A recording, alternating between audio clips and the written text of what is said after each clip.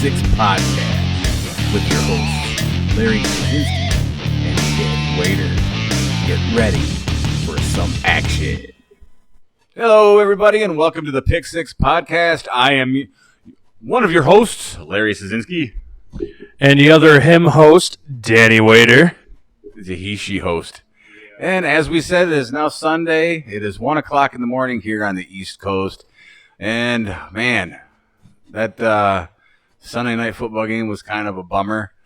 But we'll get into all of that in a little bit here. So what I want to do before I start going through scores and everything like that, I did it ass backwards.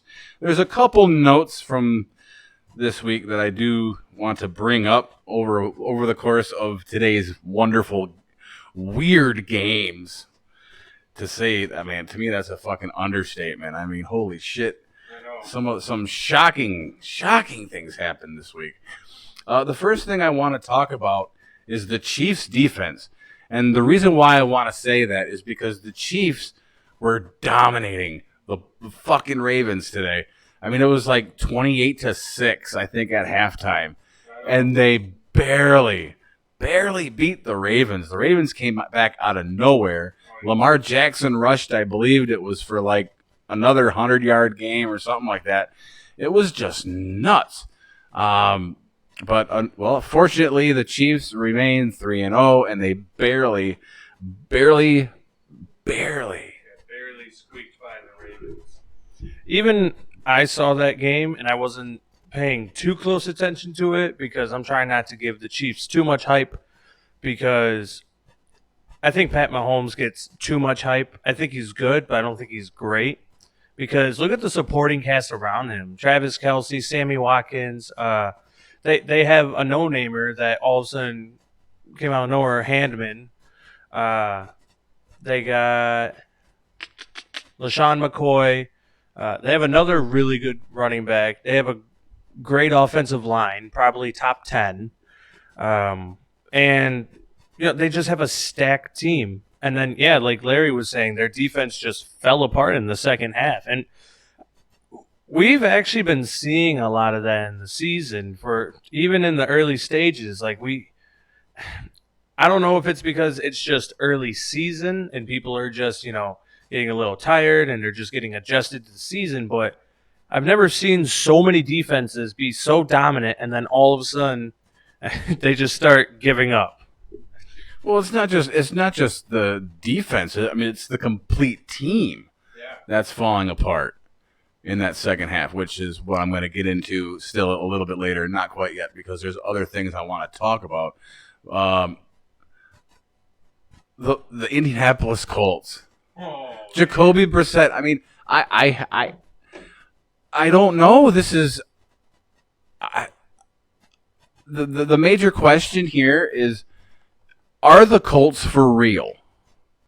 That's what I want to know. Do you honestly think that with the way Jacoby Brissett has been playing, and even though Ty Hilton's now injured, not for long term, but he's hurt. He hurt his ankle. So, but I mean, overall, I think we might be wrong on this pick that we made in the first episode that the Indianapolis Colts ain't going to do anything this year. I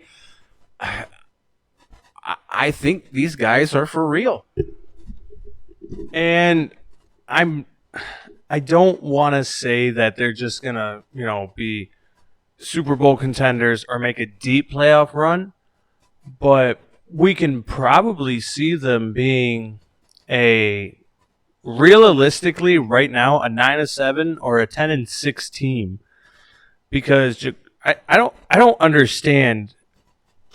Maybe it's because he came to the team late. Maybe it's because he got to learn under Andrew Luck all last year, and he had about a year and a half to 2 years to learn the playbook, and now all of a sudden, he gets paid and they're playing like Super Bowl contenders. Like that's insane to me. I give props to Jacoby Brissett. We dogged him and then he turned around and dogged us. They're 2-1. They kept it close with the Chargers. They should have won that. And man, I feel like they're 9-7 or 10-6 this year, and maybe they win a wild card game, but that's it. Yeah, I don't know where the hell they came from. I was, like I said, both Danny and I here, we're sitting here. Like, there's no way in hell these Colts are going to do anything. And holy crap, I am impressed, and I'm changing my outlook here.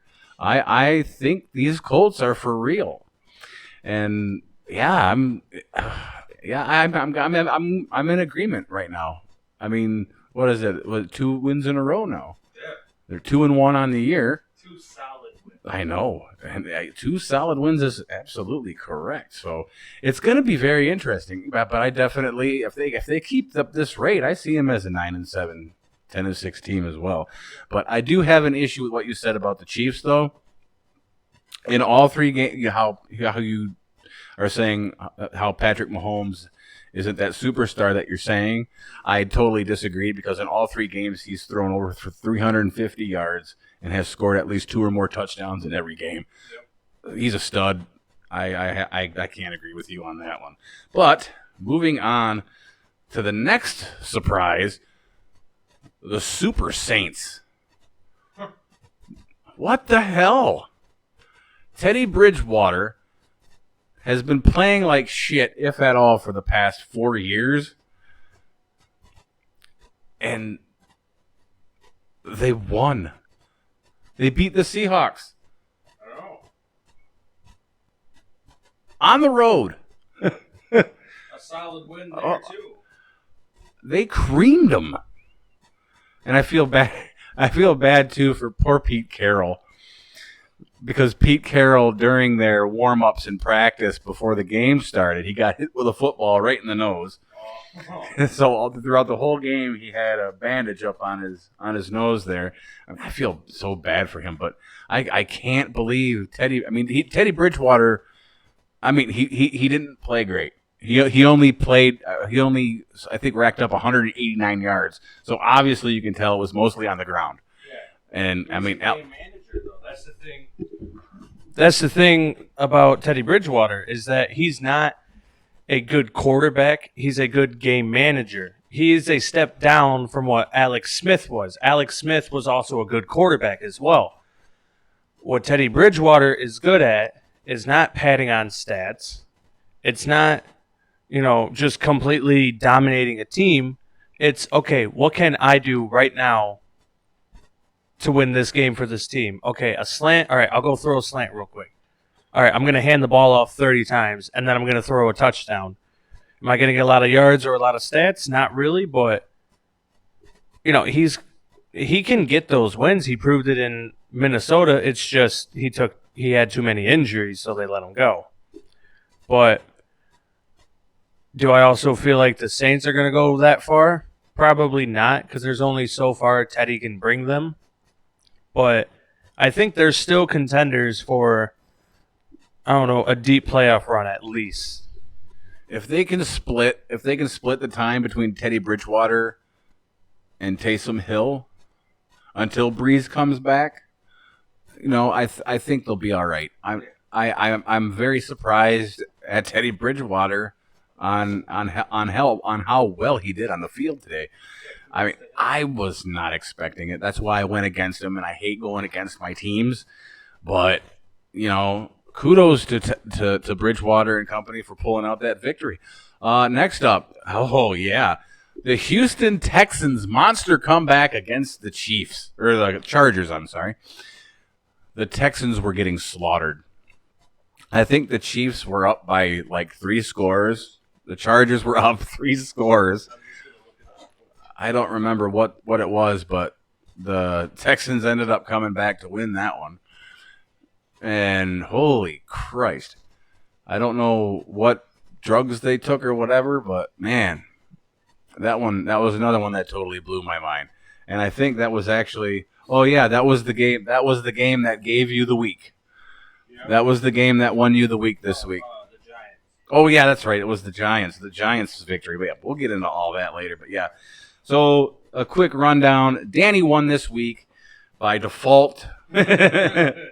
We were tied, and we had No, you actually won with the Texans and Chargers because we were tied up until then because he picked the Texans, I picked the Chargers. That gave him the win, but we had the Rams, which they won today, and then we both have the Bears tomorrow.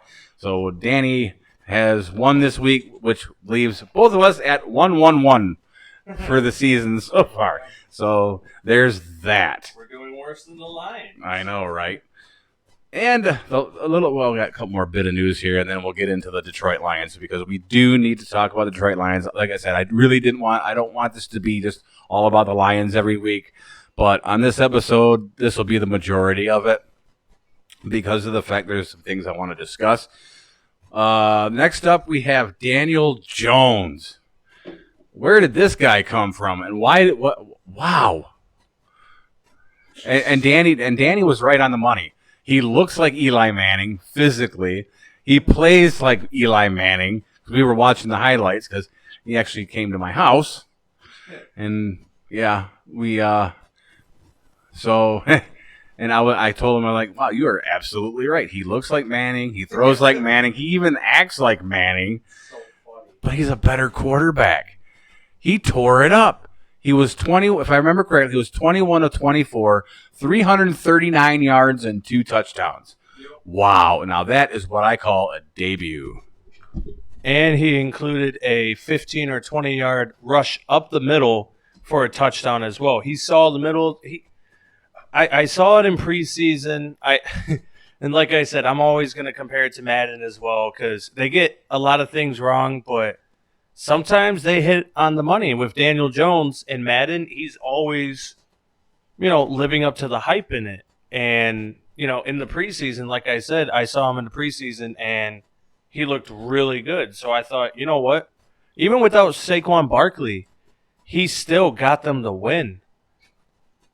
And it was a comeback win, too, I believe. I believe they were down most of the game, and he just tore it up even without Barkley. And just imagine once Barkley comes, back from injury, they're going to all of a sudden the Giants look like a team that's ready for the playoffs. Now, will they win a wild card game? Probably not because he is a rookie quarterback and he's still going to make mistakes. All rookie quarterbacks do. Peyton Manning did.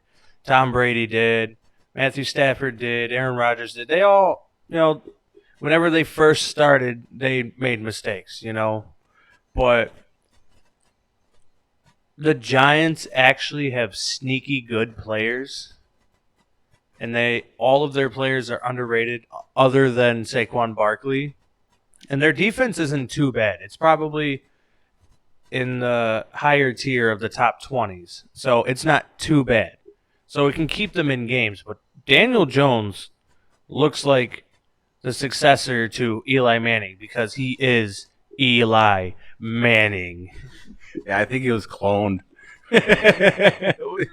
Yeah, he's a clone, man. I mean, that's just too spooky.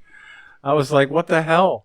Yeah, I said, Danny, you're absolutely right. Okay, moving on to the next section.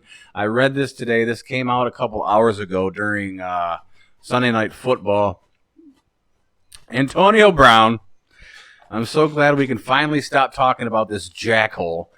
He has said he's done with football. He's done with the NFL. And I only got 2 words for this piece of shit. Good riddance. You can go fuck yourself. I don't know. See, I don't know who I hate better. Do I hate Antonio Brown more than I hate Tom Brady? Or do I hate Tom Brady more than I hate Antonio Brown? I don't know. That's a tough call there, man. That's Russian roulette right there. I really don't want to. I don't know. That's a tough call. But yeah, Antonio Brown is a piece of shit. He's an abomination to the NFL. I'm glad you're going to go. I hope you stay gone and, go to hell. I'm not going to say all that, but I am glad he's going to step away from the NFL because he's got a lot of things going against him. He's such a talented player, but he's definitely a diva. It also didn't help that a game against the Bengals, Vontaze Burfict laid a nasty cheap shot, helmet to helmet on him. And Antonio Brown was out for a minute.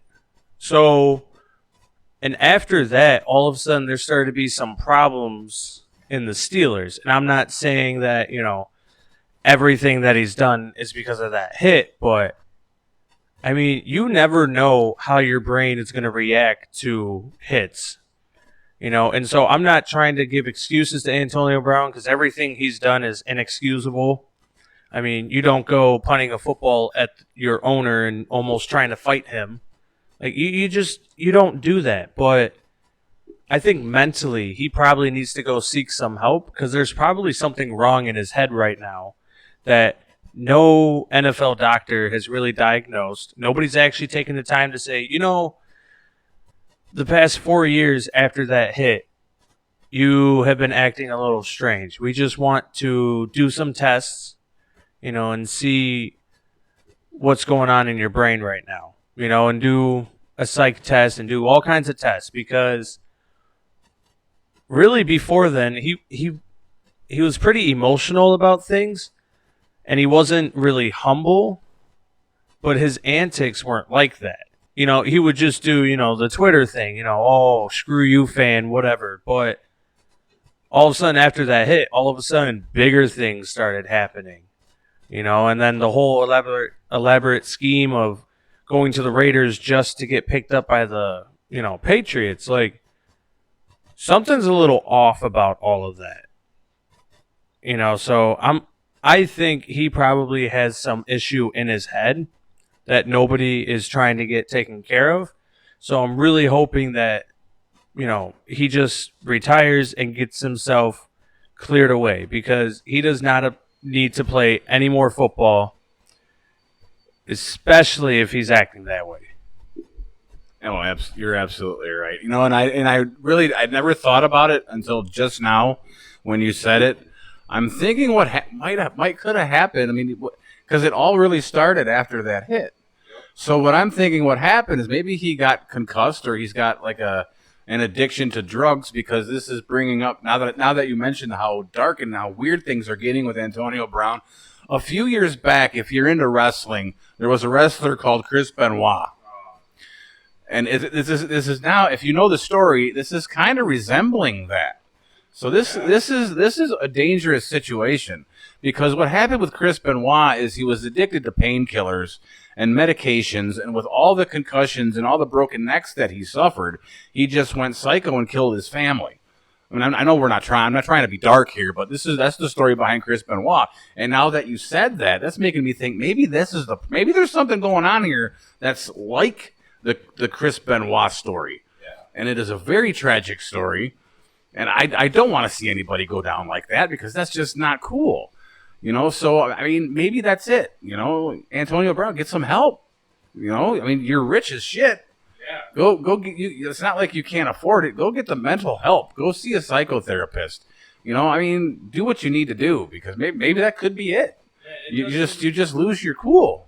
And like I said, it doesn't excuse anything. It's just, that's what I've been thinking. Like, okay, he got that big hit and he was out. Like, he was out just laying there. So that's why I'm coming up with the realization that maybe something more happened, or sometimes you don't catch everything. So maybe nothing happened there and they didn't see anything. But over time, you don't know how that trauma will develop. Like if someone gets hit by like a metal pipe on their arm, the person next to them might not get that same mark. They might get some other mark. Or, you punch someone in the face, it might knock them out, or it might just break their jaw. I mean, you could hit them in the exact same place, but you never know. Every person is different. And, when it comes to the brain, you can never really know what's really going on. So that, real quick, just off topic, I think there's the big issue in the NFL, I think it should be every year. It shouldn't be when someone seems like they have a concussion. It should be beginning of the year, end of the year, and middle of the year. Okay, we're going to check your brain and see how it looks. We're going to check it every year. They need to do regular checks on people, not just when they think they're hurt, because then that would help alleviate all these issues, and then you won't have so many people against football because now all of a sudden, okay, they're taking care of, all these concussions and They're not letting these people with concussions play, and they got stricter protocols. Will some players and some coaches not like it? Probably, but I mean, the name of the game is, you want to be safe and you want to be able to return home to your family just like any other job. You don't go into your job hoping, you get hurt permanently and then you can't afford to take care of your family. Go on your job to work, have a good time while you're working, make money, and go home to your family. So I think they need to start doing that so they can start worrying more about family than just, football and money. That's absolutely correct. So, absolutely right, 100% on that point. So, Antonio Brown, see you later. Get some help, man. I mean, I don't like talking shit about people except for Tom Brady because, fuck that asshole. But I think he might be, he might be going through some serious shit in his head. And I don't know. We'll see. Go get your shit checked out, man. But anyway, moving on to the next little tidbit that I have. Well, it's going to take up the majority of the thing. We need to talk about the Lions game. Yeah. Oh, where do I start? Here's the problem that I'm seeing. I mean, it's not just the Lions. It's a lot of teams, and we already talked about it. We touched base a little bit at the beginning of this episode. The Lions came out on fire. They just tore ass, which I was totally unexpecting. And halftime, they were up 20-10, 10-point lead, two possession game. Yep. Second half comes around, and y'all just blew it. Again, this is the third game in a row where you're going into it with a lead. It might not be a big lead, or it could be a big lead. At halftime, and you come back for that second half, and you fall apart. On all 3 games so far this year. You guys need to fix the problem, and you need to fix it quick because you got the Chiefs coming up next. Yeah. This is going to show you what you guys are made of. If you guys are really playoff contenders, which in my heart I want to, after today's game, I mean, yeah, we won. Last week, yeah, we won, but barely. The tie in the first week shouldn't have been a tie. You had a 16-point lead, and you blew that. But again, the Bevel timeout. But still, that doesn't matter. You're letting these leads slip away. And you're bombing in that second half. You need to keep the ball rolling. You need to be consistent if you're going to be a playoff team. You're not going to be like, oh, yeah, we played good in the first half, but we're going to lay back the second half. You don't win championships that way by playing half-ass football. Nope. And you never will either. So what you guys need to do, you need to get to work right now and figure this out because you got one of the best damn teams coming up in the NFL next Sunday at home against the Kansas City Chiefs. Yeah, Darius Slay. Apparently, what I just looked up, Darius Slay could miss Chiefs game with hamstring injury. So that's going to really that's rough because, for one, Darius Slay is their fastest defensive player. 2, he is their best corner, okay, overall. Okay, he may not be the best, slot corner. That's Justin Coleman. Rashawn Melvin does a real good job at what he does. I think he does nickel corner, and I think he's more man-to-man. But overall, Darius Slay is their top guy, and this is going to be a real testament to the Lions' defense. And man, it's early, and a lot of the defensive linemen have been out for injuries. Snacks was out for a contract dispute, but I'm really hoping they get into football shape because right now they look good, but they don't look how they should be. And with Patrick Mahomes, he's got so many weapons. He could just throw it to anybody, and he knows where. That's what makes him dangerous. He knows where the open man is. And that's what I think really sets Patrick Mahomes out. I may not think he's a superstar, but he definitely can spot the open man quick, and he can hit him quick. And so our defensive line really needs to get that pressure built up. But we're going to have, well, not where, but the Lions are going to have to really buckle down on man defense, because for some reason everybody on the Chiefs is fast. Everybody. Running back, even Patrick Mahomes is a little fast. And so they're going to need to be able to keep up, and they need not to look like they're all gassed out like they have been from every game so far. Every game, the defensive linemen have seemed like they've been tired. Cornerbacks have been doing their best, but if the defensive linemen get into the pocket more, that gives the quarterback some rest too, because then all of a sudden the quarterback's throwing it like 2 seconds sooner than he wants to, and then that makes it easier for the cornerbacks to, not have to really cover those receivers all the time, because eventually the receiver's going to win if the quarterback has all that time. So, yes, I'm a Lions fan, but this upcoming week, when we do get to our picks, I might have to pick the Chiefs for this week, just because we don't really know what the Lions defense is really made of. They faced not a mediocre, but a not good Arizona Cardinals team. They faced a good, but not as good as they could be, Chargers, because Melvin Gordon wasn't playing. And then they played a really good depth team with the Eagles, because the Eagles have depth everywhere, and their defense was almost lights out. Like, the Lions could almost do nothing almost every play, and yet, they made enough good plays that they won the game. But just like Larry said, like the second half, they just let them come back, and they had them. They had them the whole first half, and then the second half, they just left the building. Exactly. And like I said, this is not going to win you games that way. Bottom line, like I said, you want to win this game, you're going to have to play tight. And that's it. I'll tell you right now, they're definitely going to have to double-team Tyreek Hill. They're going to have to pressure Mahomes like crazy. They're going to have to shut it down, and they're going to have to shut it down quick. 20-10, 10 points. And you couldn't hold it.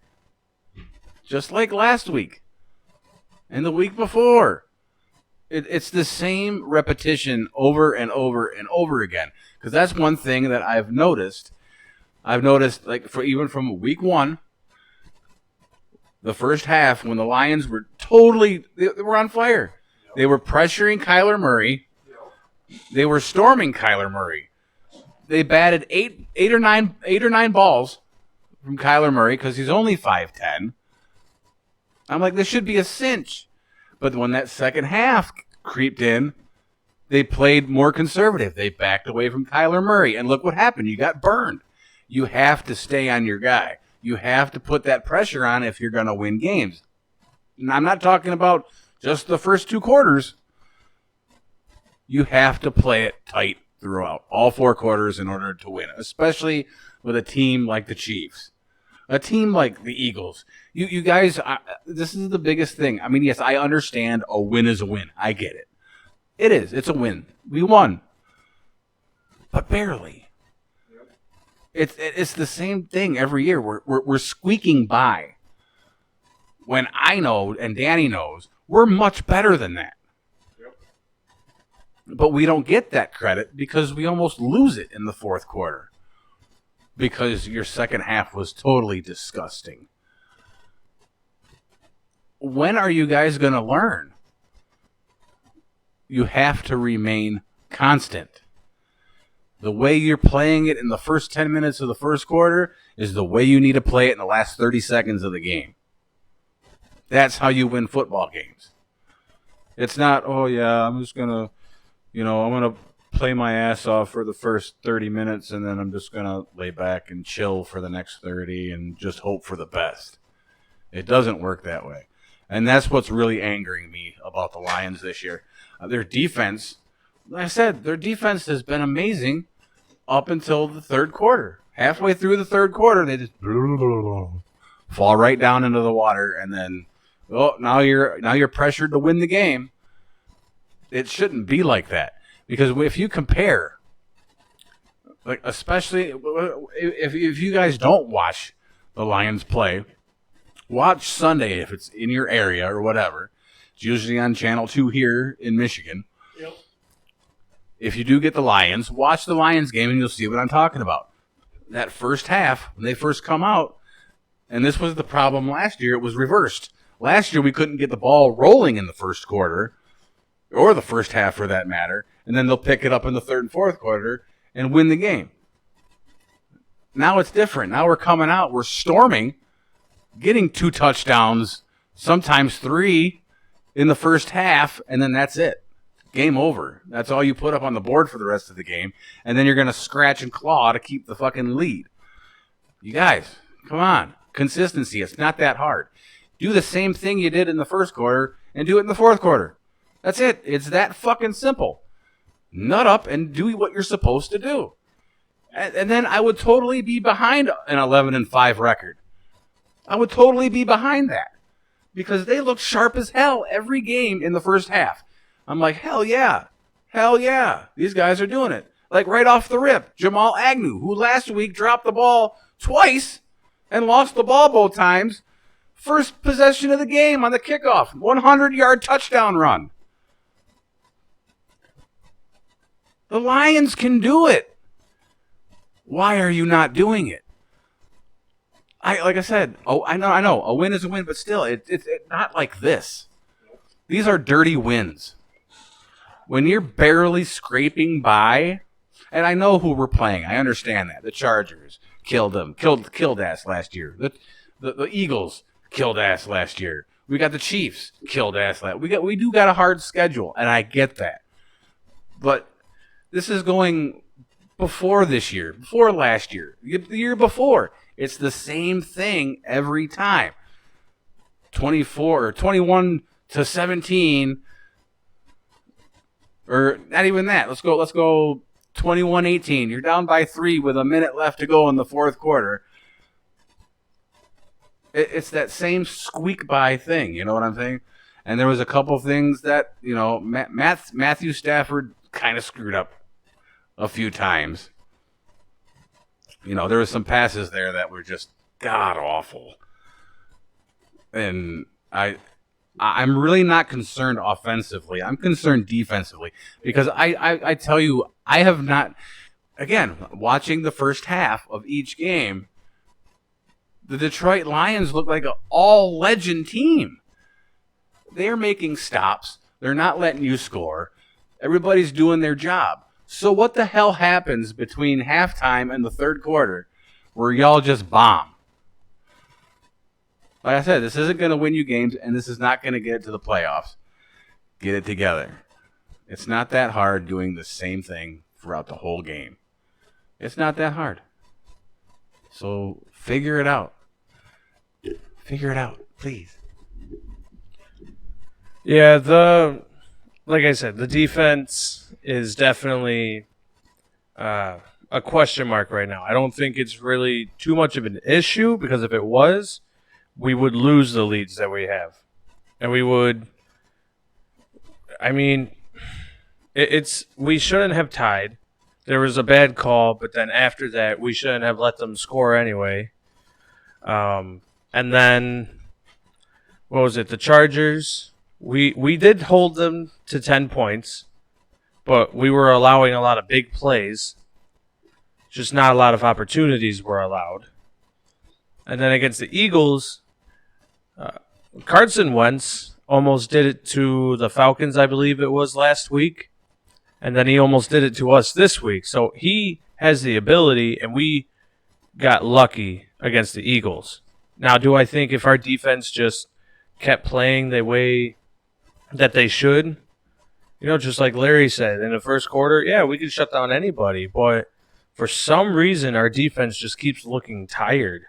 For some odd reason, it's like they give their all in the first half, and then they just quit the second half, and you're supposed to keep giving it all. Like, we get it, it's a long season, but it's not like basketball. It's not like baseball. It's not like hockey.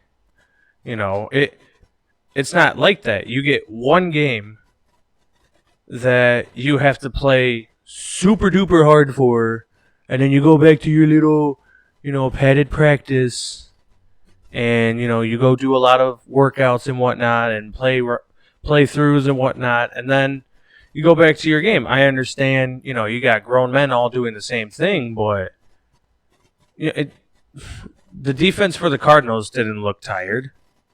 The defense for the Chargers didn't look tired. And for sure, the defense for the Eagles didn't look tired. So why is it that the Lions, who are 3 games, technically, I consider the Cardinals as a loss, but I also see it as we most definitely should have won that game. So technically, 3-0, our defense should be looking as if they can take on anybody and not be tired, right? So why are they gassed? Why are they so tired after each game? I don't understand it, because then all of a sudden the offense is like, oh, well, pass, run, pass, touchdown.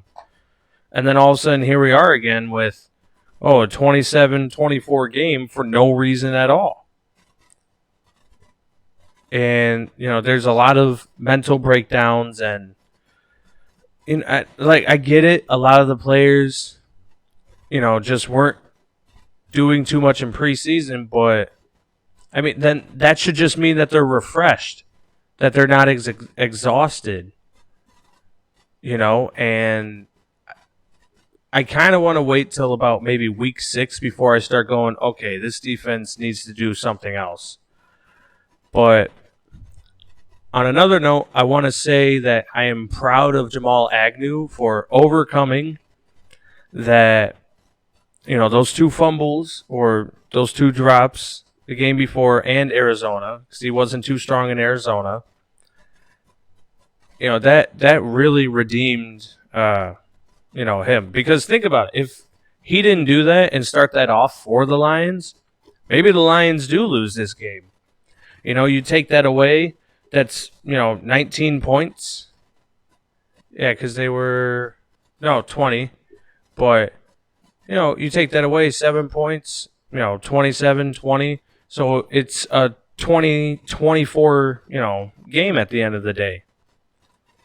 So kudos to him, and kudos for all the blockers for not causing a penalty, because that's also been an issue. So I'm glad the Lions committed very few penalties. The offense, I think the offense is doing exactly what it needs to do, and it's not relying on one thing or one player. It's not relying on Matthew Stafford to always have to try to do something with his arm. They're not having to rely on the running game to keep running out the clock. They're not having to rely on one receiver. First week against the Cardinals, it was T.J. Hawkinson and Danny Amendola for 100 yards each and a touchdown each. Second week, it was Kenny Galladay with 100 yards and a touchdown.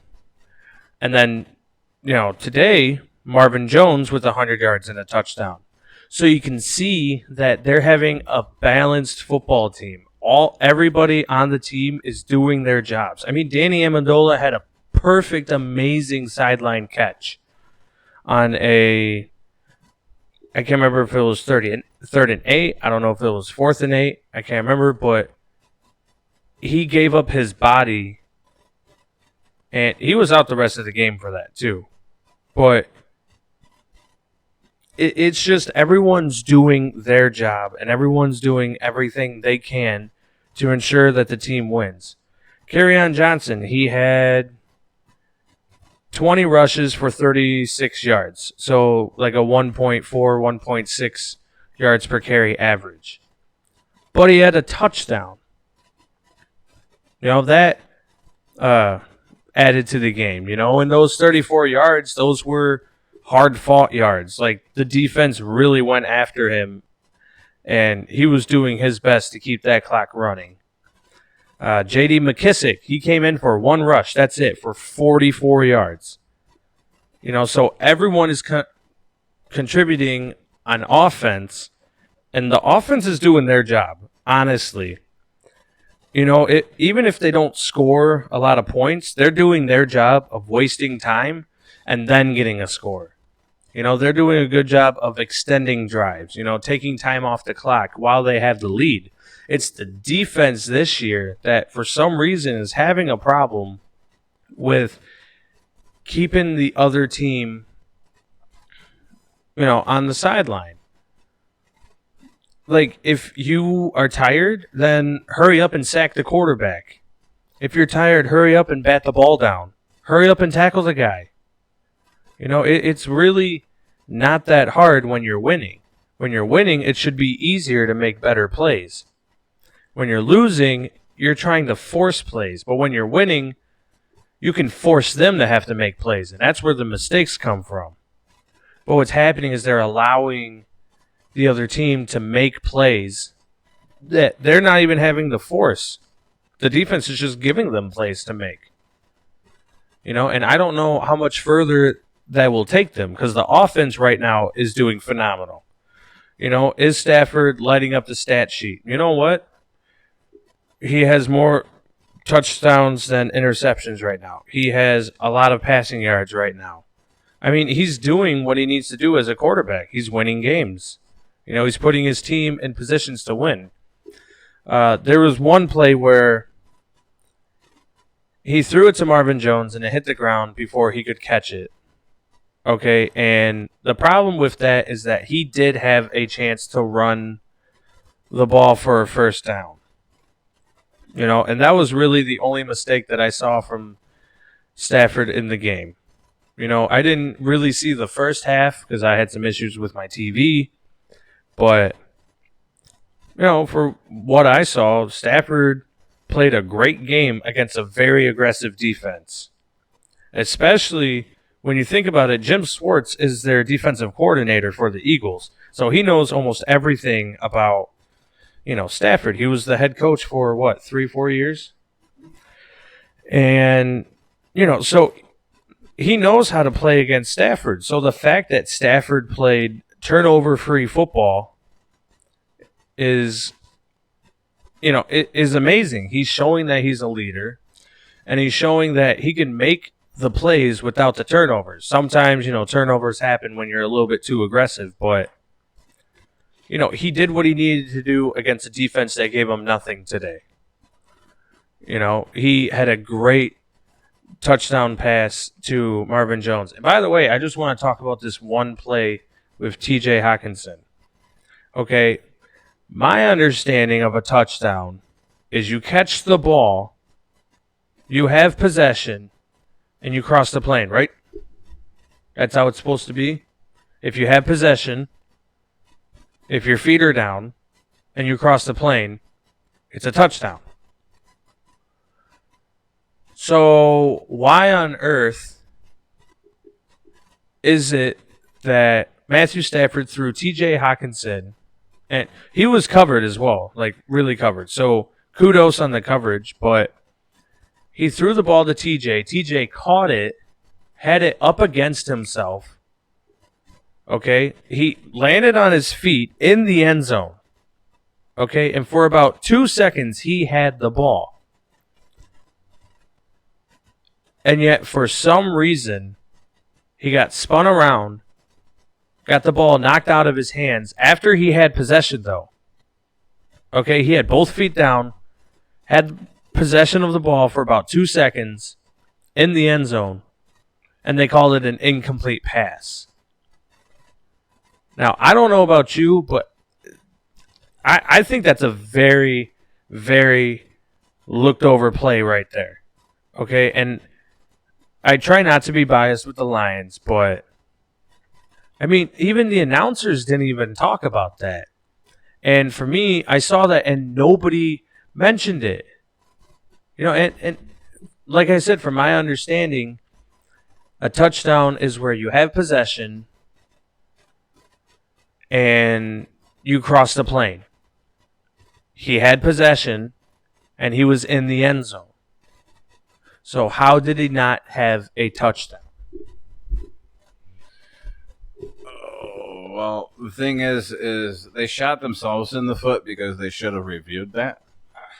But nobody did. That's the thing. They let one slip. Any score should be automatically reviewed, and it wasn't. I agree. He caught it. It was a touchdown, but unfortunately, it didn't work out that way. But Matt Patricia didn't throw the flag either, but it wasn't automatically reviewed either. That was just a total botch on both ends. But anyway, we have to move it on here. It's already approaching the 50-minute mark. So, but yeah, that's what the Lions are going to have to do. They're going to have to play tight.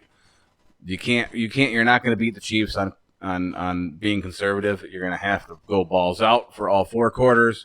You're going to have to rush Patrick Mahomes. You're going to have to hurry Patrick Mahomes. You're going to have to sack Patrick Mahomes. You're going to have to double team Tyreek Hill. Should cause penalties. Dude, yeah, exactly. Exactly, because you're going to end up getting burned. But anyway, let's run through the scores of this fantastic week. I'm going to say fantastic week because I thought it was pretty damn interesting. As we all know from our last recording, the Jaguars beat the Titans 20-7, leaving both teams at 1-2 on the year. Gardner Minshew is now the 5th Jaguars quarterback with 2+ touchdowns in the first quarter of a game. Wow. Isn't that something? Yeah, right. The Lions, of course, we just talked about that, 27-24 over the Eagles. This is the Lions' 3rd consecutive win versus Philadelphia, which is amazing. I think the last time we lost was the Snow Bowl. Yeah. The Snow Bowl when we were in Philly for that. That was such a great game, though. That snow was amazing. Patriots trounced the Jets, of course, 30-14. Patriots still undefeated. The Jets are winless. And, of course, yet again, Tom Brady passes Drew Brees for 2nd most pass touchdowns in NFL history with 522. Go fuck yourself, you greedy little prick. The Vikings over the Raiders, which is actually surprising to me. I thought the Raiders were definitely going to win this one, but Adam Thielen had 2 touchdowns, 1 receiving and 1 rushing. Yeah, with 30. NFC North teams. I know it's going to be something. And of course, the Chiefs and the Ravens. Again, the Chiefs were blowing them out of the water. The Ravens came back, but they held off 33-28. The Chiefs now have scored 25+ points in 24 straight games, which is now a new NFL record. Yeah, buddy. And in the surprising game of the week for me, the Colts over the Falcons, 27-24. The Colts now snap a 5-game home opening losing streak. And that makes it even worse now, right? So the Colts at 2-1, the Falcons at 1-2. The Packers over the Broncos, 27-16. Aaron Rodgers is now 13-2-1 in the last 16 starts in Green Bay. So the Packers are now 3-0. Broncos are 0-3. What a shock. Cowboys over the Dolphins, 31-6. Dak Prescott, the fastest Cowboy to reach 75 career passing touchdowns. It doesn't sound right to me. I could have sworn Troy Aikman did that beforehand. But, oh well. Cowboys are 3-0. Dolphins are 0-3. Again, Dolphins are going to go 0-16. The Bills over the Bengals, 21-17. Bills are one of 3 AFC teams to begin the season 3-0. And this is an upset and a half, and I can't believe this actually happened. The Giants eked out of the Buccaneers 32-31. I was very sad about that. Man. Let's see. They scored. Jones had the go-ahead 7-yard rushing touchdown with 1:21 remaining. Yeah, that was something else. The Panthers finally get out of the cellar by beating the Arizona Cardinals 38-20. Christian McCaffrey, most scrim yards in first 3 seasons in team history. So there's something to think about. The 49ers, the 3-0 49ers, taking down the Steelers. They're 24-20. The 49ers are 3-0 the first time since 1998. Wow. I was 19 years old. I am 41 now. Wow. So how about that for some history? Yeah. The Saints. Again, I can't believe they pulled it out. 33-27 over the Seahawks. But I got to tell you, that Saints defense, again, second half, they fell apart too. And the Seahawks just crumbled back. I thought for sure they were going to take it. This one I saw. I had to remember this one. This is the first win without Drew Brees as a starter since November 5th of 2005. 14 years. That is insane. And the Texans came over the Chargers 27-20. The Texans outscored the Chargers. Here we go. See what I'm saying? The Texans outscored the Chargers 20-3 in the second half. Why are all y'all falling apart in the second half? My God. Because the Chargers had that wrapped up. And you blew it. And, of course, finally, the Rams over the Browns, 20-13. So there you have it. There is our things right now. This is another thing I want to talk about, too. Things are getting really, really wild here. And I wish we could pull up our first recording when we were doing our predictions for each conference on where everybody was going to end up. I got to tell you, I mean, we're not that far off. Because as it stands right, if the playoffs were to start right now, we have the Bills in front, which I called, but we're tied with New England at 3-0. The Jets and the Dolphins are 0-3 in the AFC East. The Jets have been such a disappointment. The Jets had such a good defense going, and Sam Darnold was supposed to take a leap with Le'Veon Bell, but for some reason, well, not for some reason, he got hurt, and then Trevor Siemian got hurt. So I think they get a few more wins, but yeah. Well, you got to remember, too, as I mentioned on Thursday's episode, that they signed David Fales. So hopefully that'll help out. You know, I loved watching him in our preseason. I don't know why the hell they cut him. But anyway, that's done and done. The AFC North, the Baltimore Ravens are 2-1. The Browns are now 1-2. The Bengals and Steelers at 0-3. I called that. I told you the Steelers. Well, I said the Steelers were going to be in third because the Cincinnati Bengals haven't been a threat, but the Browns need to pick it up. I'm not giving up on my Browns yet. Not yet. In the AFC South, yeah, we're all over the place on this one. Houston Texans are up 2-1. Colts 2-1, Jaguars 1-2, Titans 1-2. I mean that's really no surprise given the fact. I mean, except for, like I said, the Colts, man. I'm on board. I think now they'll be okay. I'm actually surprised. So, but like I said, the poor Jacksonville Jaguars without fucking Nick Foles, it's just the AFC West.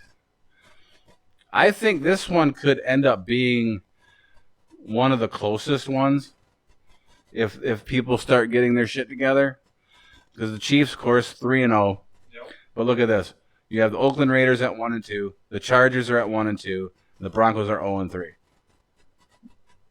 So, I mean, in my opinion, if the game starts picking up as it always does towards like the 9th week, the second half of the season, I think the Chiefs, Raiders, and Chargers will all be right there. And I think the AFC West is going to be a battle. Yep. In the NFC East, the Cowboys are 3-0. Philly, the Eagles at 1-2. Giants 1-2. Redskins are 0-2 because they play tomorrow night against the Bears. That's going to be a lock. I don't see anybody competing with the Dallas Cowboys. I think the Dallas Cowboys will still win the NFC East. Or I think the Giants go 8-8. I think the Giants go 8-8, but yeah, unfortunately, I got to pick the Cowboys as the favorites right now. I don't want to. I don't really care for Jerry Jones, or Dak Prescott for that matter. I don't think he's a good quarterback either. I think he just knows how to use the resources around him, which is Amari Cooper, who when I first picked him up in my fantasy draft when he was a rookie, he got me to be second in my league. And he's been consistent with a lot of yards, a lot of touchdowns every year. They got Michael Gallup. They got Jason Wynn back. They got Ezekiel Elliott. All Dak has to do is just put it up in the air and someone's going to catch it. Whether it's his team or his team, someone will. Oh, absolutely. And of course, the NFC North. I'm not being biased. The NFC North is one of those things where it's either going to be really tight or it's going to be a takeaway. One team, it's done. It's a given, and that happens. That's the way our division works. It's always been that way ever since I started watching football. It's like either like all four teams are like a game behind and anything can happen, or there's like one or two teams that are just way up there and there's no contention whatsoever. The way I'm looking at it right now, I think it's going to be one of those years where it's going to be tight. Because look at this. You got the Green Bay Packers at 3-0. You got the Lions in second at 2-0-1, which still should be 3-0. The Minnesota Vikings are 2-1, and the Bears are 1-1, and they play tomorrow night, so they can go 2-1 too. So I think this is going to be one of those years where all four teams are going to be headhunting for that wild card spot at this rate, maybe. So we'll see what happens, because after the Chiefs we have our bye week. So, like I said, what better way to go out than beating the Kansas City Chiefs? This game right here, like I said, this is pivotal. This Chiefs game is pivotal for the Lions' future of this season. This game right here is going to make them or break them. Yeah, and one thing about the NFC North is that, really, honestly, and this is really me not being biased to the Lions, but the Vikings don't look like a complete team because they look dominant in one game and then the next game they get slaughtered. Okay, the Lions, their defense might seem to give up in the second half, but they're still dominating though. And the Packers, they don't look like the Packers of the past. They look like Packers who are just trying to get rid of, father time from, taking Aaron Rodgers, because Aaron Rodgers still looks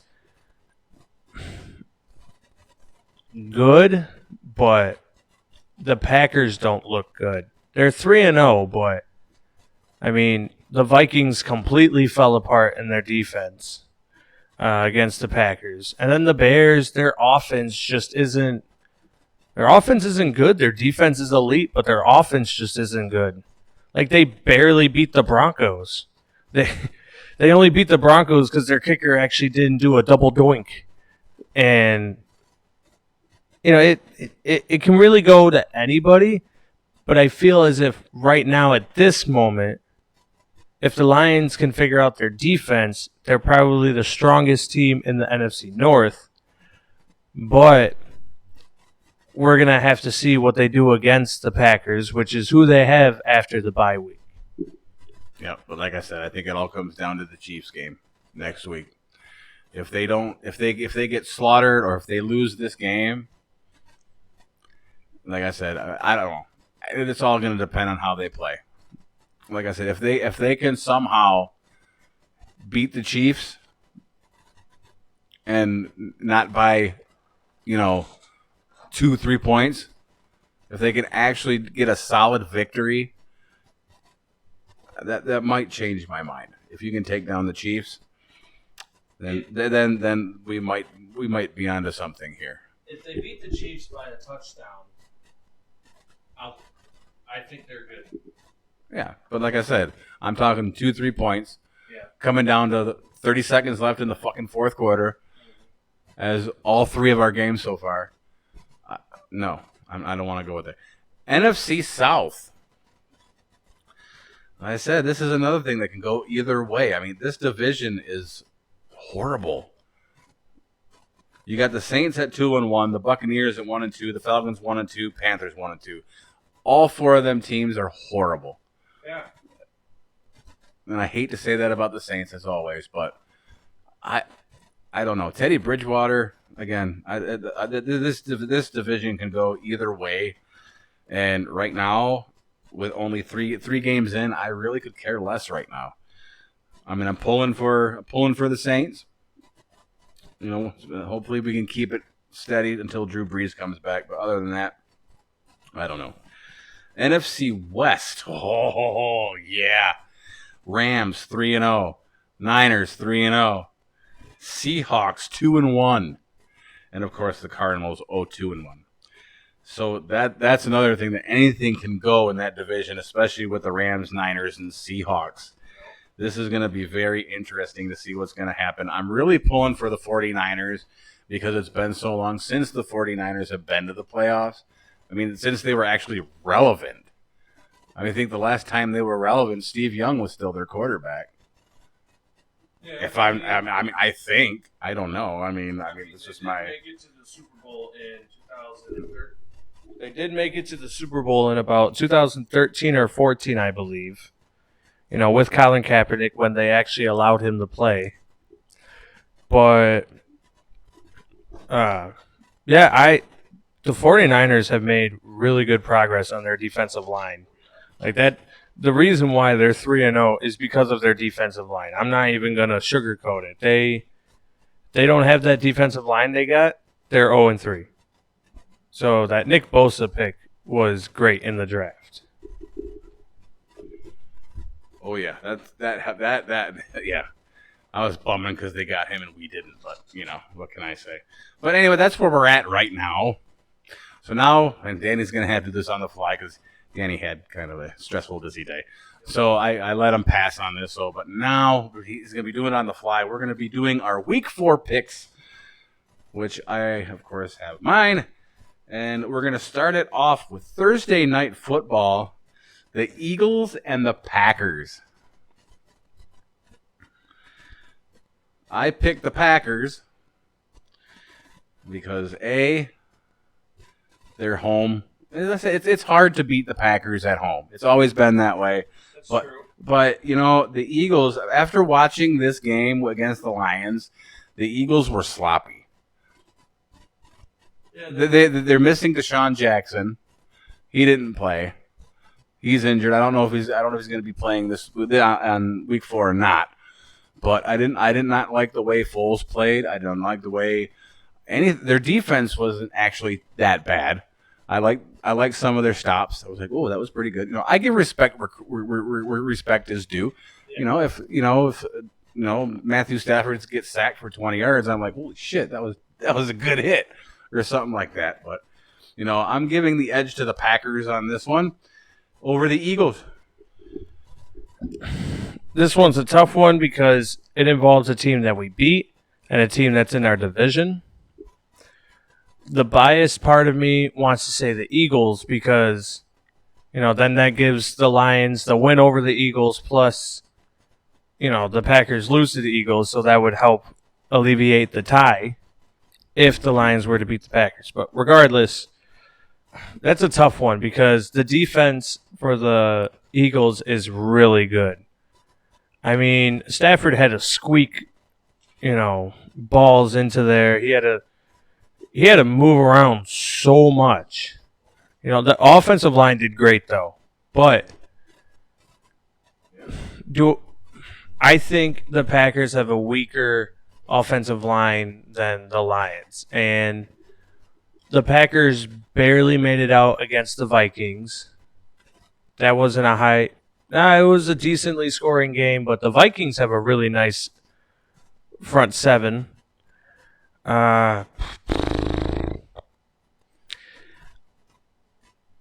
I'm Unfortunately, I will have to give it to the Eagles because I think that front 7 for the Eagles definitely gives them the edge. All righty, moving on. I made my pick before I watched what's his name for the Giants? Yeah, Daniel Jones. The Redskins at the Giants. I'm going with the Redskins on this one. I don't know why. I forgot that Daniel Jones was playing. Well, because I wasn't sure, and I told you I was really strict on quarterback. So, unfortunately, I think I'm going to lose that one. I'll say it right now. I like the Giants in this one, but I already made my pick. I went with the Redskins, but I think I'm going to be wrong.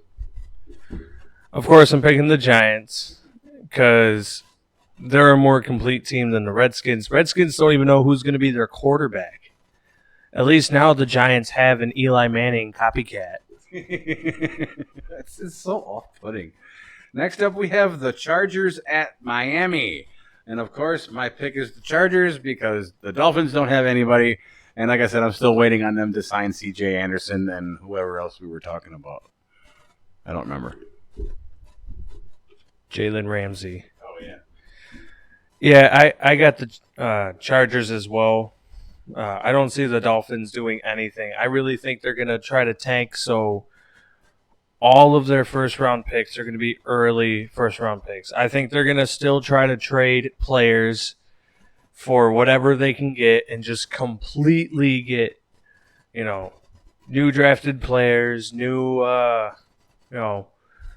free agency players because they got so much cap space, and they're just really trying to tank. So I picked the Chargers for this one. Yeah, absolutely. Like I said, I think they're going to have the first top 10 picks in next year's draft. I really do at this rate. Next up, we have the Raiders and the Colts. I am now on board with Jacoby Brissett. I think they're gonna pull it off. So I'm gonna go Colts over Raiders. Let's try that again in English. The Colts over the Raiders. Well, I'm gonna pick the Rodgers. Man, I don't want to go against him because he proved me wrong completely. Oh man, I want to pick the Raiders just because the Raiders would be the underdog, and this season has been crazy. We pick someone and then it just turns out to be completely the whole opposite. So my game to watch will probably have to be that game, and I'll make it the Raiders because I think the Raiders are 2-1 right now. Colts are 2-1. Colts are 2-1. Raiders are 1. Yeah, 1-2. I don't know. They might squeak out a win here. We'll see. All right. Next up, we have the Panthers and the Texans. No Cam Newton with his ankle, so I don't think he's going to be playing this week. And yeah, Panthers are no. I'm going with the Houston Texans. I'm going to pick the Texans. I wanted the Panthers, but because that backup did do a very nice job against the thing the Cardinals have for them is defense. They have a good defense, especially with Terrell Suggs on there. Oh, my goodness. And then Thomas Davis from I know, but that's who the Panthers faced this last week. Yeah. So that backup did really good against the Cardinals. But who are they facing? Texans. Oh, man. Oh, but yeah, I got. Man, but Christian McCaffrey. I'm gonna have to pick the Texans though because just the fact that they have Deshaun Watson and DeAndre Hopkins, they're just a better team in my opinion. Yep. Especially that comeback against the Chargers today pisses me off. Son of a bitch. Well, there you go. You got to make your choice. Chiefs and Lions. That's going to be my Chiefs, hands down. Oh, man. Technically, I've picked the Lions so far for 3 games, and it's only given me a tie as the worst thing. So, I'm going to keep picking the Lions till they prove me wrong. I mean, they're undefeated, and so are the Chiefs, so one of these teams is going to go home with a loss. So, I'm just going to be biased until they prove me otherwise. Okay, if they lose against the Chiefs, then you know what? They can't handle the bigger teams. But they did squeak a win from the Eagles at home, by the way. So, yeah. Yeah, Lions beat them on the road. Oh, yeah, like I said, man, it's weird how you keep picking the Lions and they win, but I go against the Lions all the time and they win. But when I pick the Lions, they lose. I picked the Lions in week 1 over the Cardinals and they tied. See, that's what happened. We both picked it and they tied. So you always got to pick against them. So. Yeah, I know. I see that. It's like every time I go against the Lions, we end up winning, so that's a good sign. But that's a guaranteed loss for you. So. Yep. Like I said, we're not going to do the upsets because we're still in limbo. What's going on? But I'm going to consider this next game the game to watch and my upset, but just for the shit of it. The Patriots and the Bills. I have the Bills on this one because I think the Bills have something to prove here, and they are both tied for first place in the AFC East. So I'm going with the Bills to take over the first place spot in the AFC East. I called that on our very first episode. I say the Bills are going to take this one, and it's going to be a damn good game. I'm going to say, I'll even give you a score. I'm going to say 21-18. I'm going to give you a better score. 32-30, Bills on top. Yeah, because Josh Allen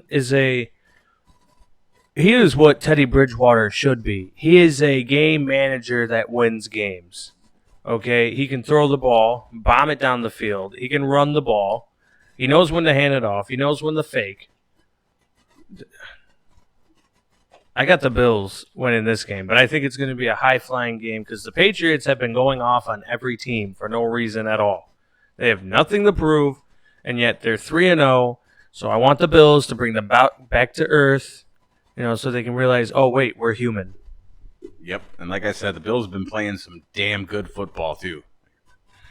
The next, the battle of the former teams, Browns versus the Ravens. I actually changed it up, and I'm going with Baltimore on this one. That game today against, oh, my God, I still can't believe how close they came to pulling that one out, and they didn't. And then seeing the Browns today, that kind of made me depressed.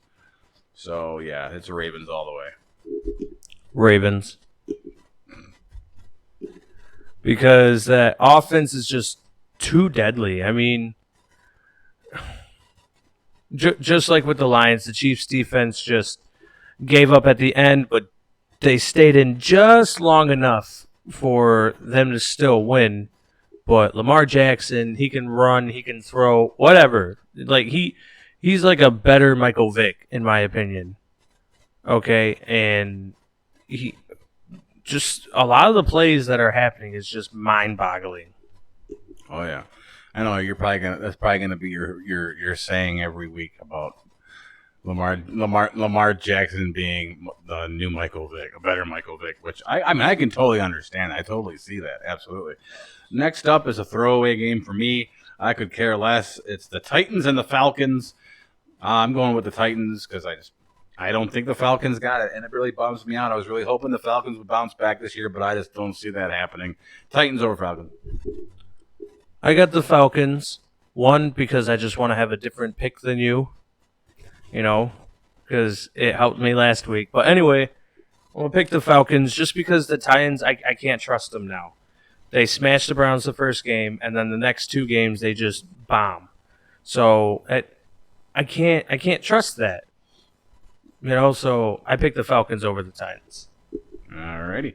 Next up is another. This is a lock. We have the Buccaneers versus the Rams. It's Rams all the way for me. You think it's a lock, but the thing is, what Jameis Winston are we getting? Because when he's on, they can pretty much win almost any game because they also have Mike Evans, who is a phenomenal talent. He's not that fast, but he's just a physical receiver. And if he wants the ball, he's taking it away from whatever little itsy-bitsy cornerback is there. And I'm going to – I already have my upset game to watch, but if I could have a second one, it would be the Buccaneers upsetting the Rams. After weeks and after almost five. Well, this is our 5th episode. 4 episodes of saying how you can't trust Jameis Winston. You're gonna go with the Bucs. Of course. Okay. And the Rams are at home too. Okay. Sometimes you gotta go against what you say. You're just trying to squeak out them wins. Maybe.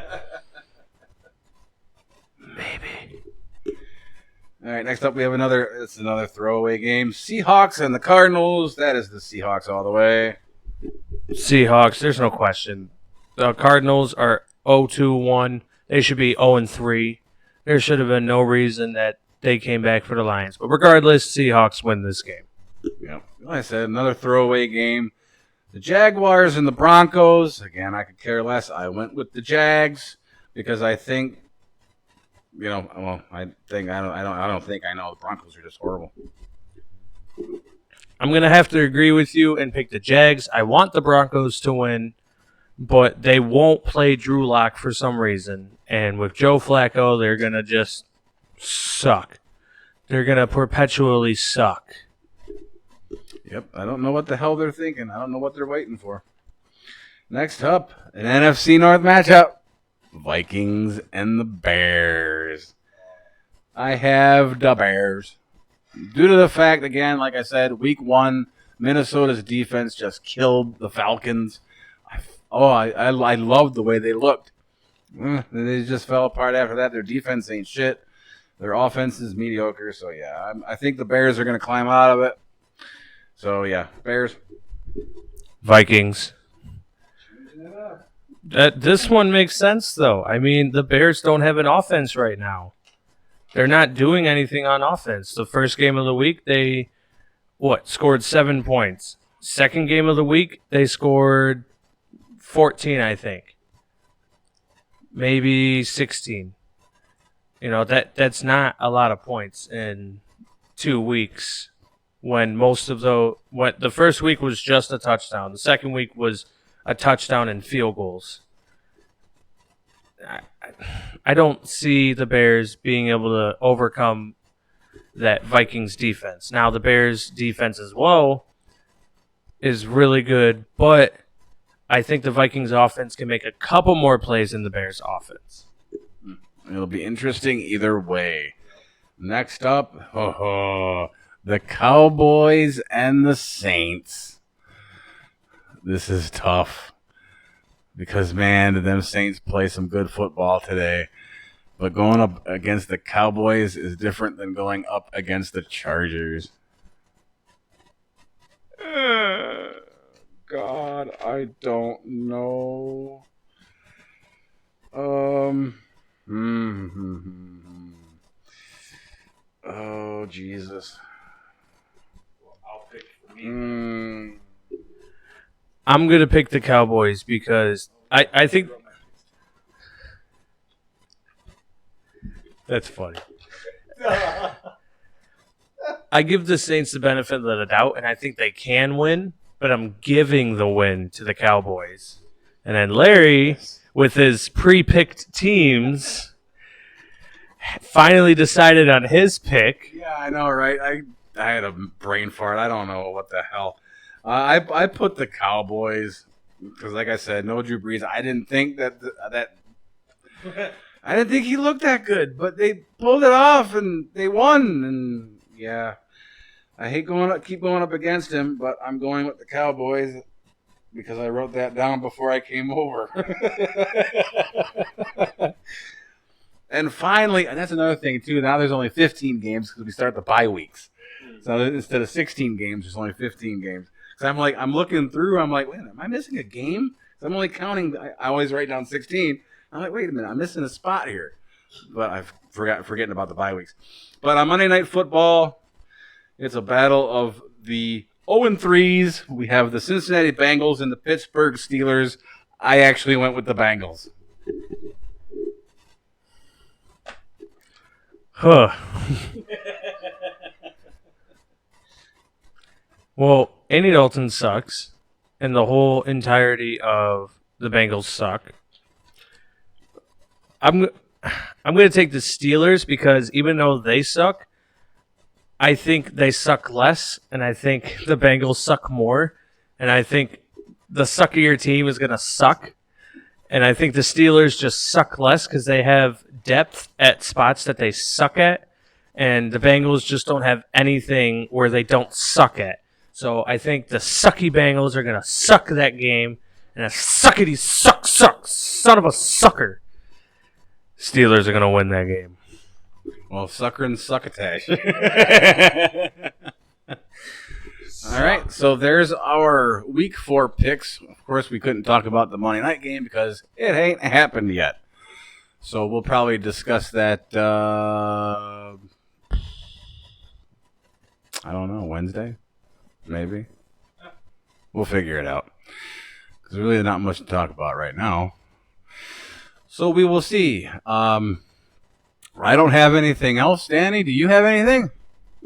No, I think we did a pretty good, job at whatever we wanted to talk about for, a very long time, which we talked about nothing because that is what we are. We are nothing but a speck of dust in the wind in this universe that is infinite and beyond our comprehension and very, very big. Simple no with doing that made me very scared the way you said big. But anyway, okay, then that is it. That'll wrap it up for the Pick Six podcast. And remember, folks, don't believe the Lions. Pray that they actually finally do something, because this is it. This is their season next week, and I hope we get to talk about some good news. But anyway, for the Pick Six podcast, I'm Larry Szynski.